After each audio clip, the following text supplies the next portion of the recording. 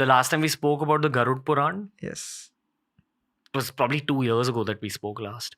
I don't think too many of the new viewers have even seen that episode right now, which is why I would begin this question with a tiny recap on the Garud Puran. Sure. But let's also talk about the journey of the soul at the point of death and after death, Sure.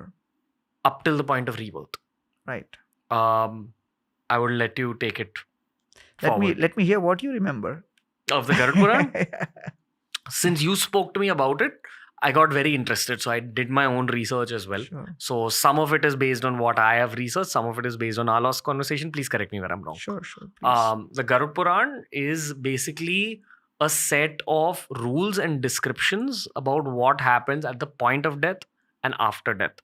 At the point of death, it's supposed to be so physically, mentally, emotionally, spiritually painful in all the possible formats of pain that you can think of. The top of which is detachment and attachment, because you're still attached to your human life. I am Ranveer, I'm leaving Ranveer's body.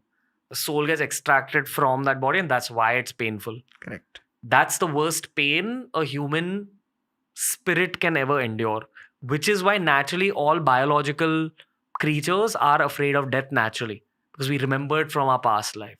Absolutely. At that moment, it hurts so much, I don't want to go through it again. That's why that natural fear of death is inbuilt. But the Garud Puran also describes what happens to your soul after you pass away. I don't know now whether this is a part of the Garud Puran or not, but they say that you're usually visited by a form of God that you understand the best, whatever your vision of God is, which for many people would be their own gurus. Guru takes you to the next point. And the next point can be positive or negative depending on your karmas. And if you've done a lot of negative things in this realm, you are made to pay for it in that journey. And that's where my morbid side actually got very interested, because souls that have not done good deeds in our realm on earth are supposedly made to suffer extremely badly there, where you're supposed to flow in a river that's full of boiling oil. There are predators that eat away pieces of your soul's flesh. You're made to go through the same kind of suffering that you inflicted on this planet, so that you learn your lesson, so that you get punished, and then you're presented with your whole life's report card. That's where my understanding stops. And maybe this is a morbid explanation, so I'll allow you to correct me, sir. Fascinating. I'm sure the youth who's watching this will think, hey, Ranveer to sadhu ban gaya. Well, the energy rubs off. It was a beautiful explanation. So to summarize, I'll give an example of when a criminal is caught by the police, and usually criminals are in disguise, and the police are kind of chasing, and they recognize and catch him. And when they take him for interrogation, and they inflict whatever they usually do, and then only after a certain degree of pain which is given, then the criminal says, okay, I am so and so. Otherwise, he'll begin by saying, I am not this, I am not this, I am not this, I am not this. The criminal denies his identity. And then finally, when he accepts, yes, this is my identity, then the process of reformation begins. And then he is sent to the prison house, and then transformation begins. So it's exactly the same. All the punishments which you described have been given. And in this planetary system, 14 planetary system, below are the various, below the Patal Loka are the various Narakas, or the hellish planets. And you'll that's have to described. Give tiny context on this 14 planetary system thing. I remembered from our episode, but just for the viewers. So basically, the Srimad Bhagavatam, or the Bhagavad Puran, gives a complete different context of what's the geography of the space we are living in. So it describes the particular universe we are living in as having 14 planetary systems divided in terms of the consciousness. And there are the upper 7 planetary systems and the lower, and we are in the middle at the Bhuloka. And depending on the kind of Piety you earn, you go up, and depending on the kind of sins you perform, you go down. And that's what is the whole idea of the karma factor. Heaven and hell. Heaven and so heaven is upper and lower planetary systems, and the last lower planetary system is called Patal Loka. Below Patal Loka are a group of hellish planets, which is known as Naraka. And each of those planets has a specific kind of punishment. And the person on behalf of Krishna who's managing that in the Bhagavad Puran is described as Yamaraja. And his name comes in various other texts also. And in India, anyone who's a practicing Hindu or born Hindu has always heard of Yamaraja. You can feel free to describe each of the punishments. No. Okay. So, Just leaving that to you. yeah, the idea is that the nature of the punishments is so that a person has memory of that trauma when he again comes back to a better destination after going through that. You mean whatever trauma he created in Bhulok, which is our world, he remembers what he did by. He's made to remember by those, Yamadutas, and then punished. And then he is given a particular new opportunity after that, depending on his karmic balance. When we're talking about these punishments, they're based on, I don't want to say negative karma, but whatever. Negative karma. Yeah. They are based on things you've done wrong. Exactly. How wrong is wrong enough to go to those planets?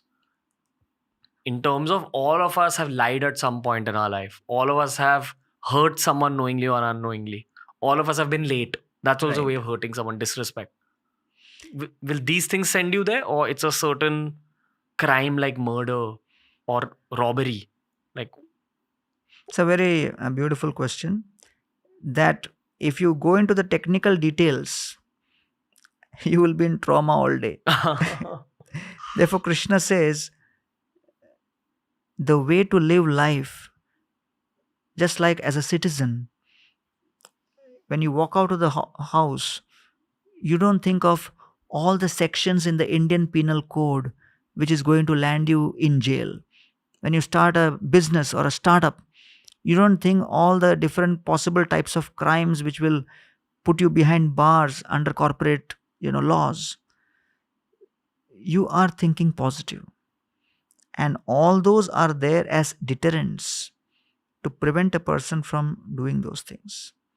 So therefore, there is a concept in Vedic literatures known as Pancha Yagya, which basically says that we commit various kinds of crime as soon as we are living in a space, because you're burning your fire, you're pouring water, storing water, you're cleaning the house, you are breathing. So all these things are creating by default millions and millions of deaths of bacteria and this and that, and any plant is getting killed when we are eating, when we are plucking and then finally eating. So therefore, ahastani sahastanam apadani chatushpadam phalguni tatra mahatam jivo jivasya jivanam. So Bhagavad Puran is very clear that jivo jivasya jivanam, one jiva will become the cause for destruction of another jiva. But let us follow the protocols of freedom within boundaries. So the important principle or the underlining statement is freedom within boundaries. Understand what is my quota and live within that. So the whole concept of Vedic literatures and Vedic living, as they say, is to help people understand that I can fulfill my needs while respecting others' requirements and needs and living within those boundaries of restraint. So therefore people say restraint, restraint is not good. But say if someone is flying a kite, the rope of the kite, is it good or bad? Someone may say, oh, it's bad, it is holding the kite back, but no, it is helping the kite move farther up. But you say, oh, if you cut the rope, it can go much further. If you cut, after some time, the kite will come down. Just like runway is good or bad. Someone may say, oh, runway is restricting the movement of an aircraft. The Boeing an Airbus can fly much, can go anywhere in the grass around. No, but the restriction of the runway helps the airplane gather speed. When the airplane gathers speed, it can fly to an altitude and take you to a destination you could never have usually done with a simple bicycle. Therefore, the restrictions described in all traditions are meant to help us focus and remain on the runway of Dharma, so that ultimately we are able to elevate our consciousness to such an extent that at the moment of death, we actually go to a higher destination. And that's how all traditions have been working upon.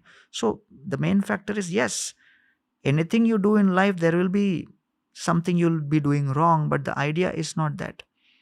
The idea is we become a law-abiding citizen of the universe and follow the universal Father. Okay. What's in those 7 heavenly planets? Yeah. And do you gradually progress up the ladder? Or if you've done enough good work in this realm, do you directly go to the top? Yeah. So all those details are described in various Vedic literatures, and what kind of piety will lead you to what destination, that is also described. So, for example, there is Indra Loka, where Indra is ruling, and in Indra Loka, which is known as Swarga Loka, the people have bodies which are subtle, and practically there is long life, millions of years of lifespan, and no distress, only bhoga. Every moment is a festival for the senses. So Bhagavatam describes these heavenly denizens are praying Atishaya Indriya Utsavat. We are tormented by excessive pleasure of our senses. Therefore, because we have a body which is fragrant, the body is fragrant to such an extent when they would take bath in any kind of a river, that river would become fragrant. And there is nothing known as death till they leave that place. So they are praying in the 5th canto of Srimad Bhagavatam that Kalpayashat Sthana Jayat Punarbhavat Kshanayushat Bharata Bhujayovaram. That rather than millions of lives, millions of years of a lifespan in heavenly planet, in Swarga, we prefer a few 80 to 100 years lifespan on Bharat Bhumi. Why? Because the kind of spiritual knowledge and awakening which is possible in Bharat is unbelievable. So if you enjoyed this video, subscribe to TRS Clips for more.